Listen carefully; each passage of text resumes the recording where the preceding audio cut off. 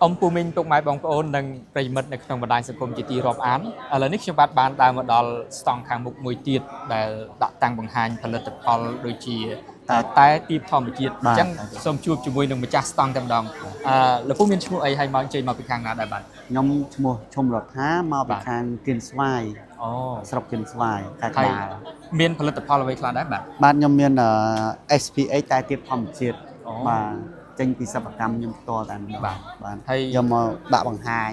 តែទៀបតាមរូបដូចជារូបទៀបបារាំងបាទទៀបបារាំងតែទៀបបារាំងអញ្ចឹងវត្ថុធាតុដើមផ្លែទៀបហ្នឹងយកមកពីណាដែរយកបោះចការខ្លួនឯងហ្មងនិងទិញពីប្រជាកសិករនៅតាមបណ្ដាខេត្តផងបាទអាចជម្រាបជូនអំពីអត្ថប្រយោជន៍តែទៀបបារាំងនេះបន្តិចបានទេយើងធ្លាប់តែទៀបបារាំង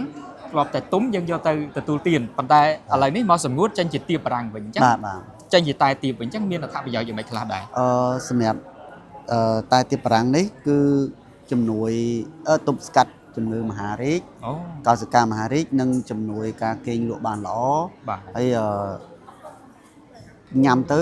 ខ្លាញ់អាក្រក់ក្នុងសរសៃឈាមកាត់បន្ថយខ្លាញ់អាក្រក់ក្នុងសរសៃឈាមកាត់បន្ថយបញ្ហាតម្រងនោមហើយនឹងស្ករចុះអាស៊ីតចុះទៅល្អបាទតាមអ្វីដែលរៀបរាប់ពិតជាល្អពាក់ព័ន្ធទៅនឹងសុខភាពជាពិសេសសម្រាប់មនុស្សវ័យចំណាស់ពិតជាស័ក្តិសមបំផុតអញ្ចឹងតើមានអ្វីដើម្បីធានាថាផលិតផលនេះពិតជាមានសុខភាពសម្រាប់ការខាងសិប្បកម្មខ្ញុំមានចុះអាជ្ញាប័ណ្ណត្រឹមត្រូវចេញពីក្រសួងសុខាភិបាលគាត់យើងតេស្តផ្លាបូឲ្យរួចរាល់ចឹងណាដូចជានៅក្នុងនេះខ្ញុំមានកាត់បុស្សិបរបស់ខ្ញុំនេះវាមានអាជ្ញាប័ណ្ណអីក្រសួងអីត្រឹមត្រូវចឹងណាបាទបានខ្ញុំហ៊ានមកតាំងបង្ហាញនៅតាមប្រវត្តិសិប្បកម្មនៅក្នុងការកែច្នៃទៀបបារាំងទៅជាតែនេះរយៈពេលប្រហែលហើយទឹមតែថ្មីដែរទេបងគ្រាន់តែយើងទឹមតែបង្កើតឡើងហើយរយៈពេល2ឆ្នាំហើយមូលហេតុអីបានមានគំនិតកែច្នៃទៀបស្រស់ទៅជាទៀបក្រៀមសម្ងួតឲ្យក្រៀមខ្លាចជាតែបែបនេះមូលហេតុហ្នឹងដោយសារខ្ញុំមានបញ្ហាខ្លួនឯងដល់ពេលចឹងទៅយើងទៅពេទ្យយើងទៅឆែកសុខភាពបញ្ហាថ្លើមប្រភេទជំងឺថ្លើមប្រភេទ B របស់ខ្ញុំហ្នឹងវាឡើងខ្ពស់ទៅខ្ញុំក៏មកផ្ទះវិញតែពេទ្យគេអត់ទាន់ឲ្យយើងប្រើថ្នាំទេបាទគាត់ថាយើងមកទៅយើងហាត់ប្រាណហាត់អីយើងញ៉ាំប្រញាប់ប្រយែងប្រយ័ត្នប្រយែងពេលអញ្ចឹងទៅឪពុកម្ដាយខ្ញុំហើយនឹងនិយាយទៅចាស់គាត់ថាអញ្ចឹងយើងញ៉ាំទៀបបារាំងទៅយើងធ្វើជាទៀបបារាំងទៅយើងញ៉ាំអាសាញ៉ាំទៀបបារាំងយើងនឹងកាត់បន្ថយដល់ពេលអញ្ចឹងទៅខ្ញុំក៏ញ៉ាំដូចគាត់អញ្ចឹងប៉ុន្តែខ្ញុំយកវាមកហាលមកញ៉ាំអីចឹងខ្លួនហាលឲ្យធ្វើខ្លួនឯងញ៉ាំខ្លួនឯងអញ្ចឹងពេល6ខែមកខ្ញុំក៏ទៅឆែកសុខភាពម្ដងទៀតឆែកសុខភាពម្ដងទៀតវាចុះនៅសល់តែ 10% ឯង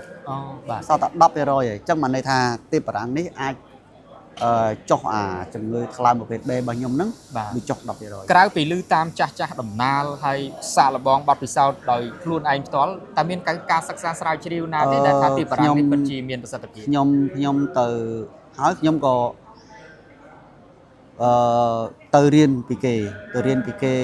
ទៅក្រៅនៅក្រៅខ្ញុំទៅរៀនពីក្រៅដល់ពេលអញ្ចឹងទៅរៀនចំណេះពីគេនៅក្រៅមកក៏យកមកបើកសិប្បកម្មខ្លួនឯងតែម្ដងដោយថាយើងមានបទពិសោធន៍ខ្លះ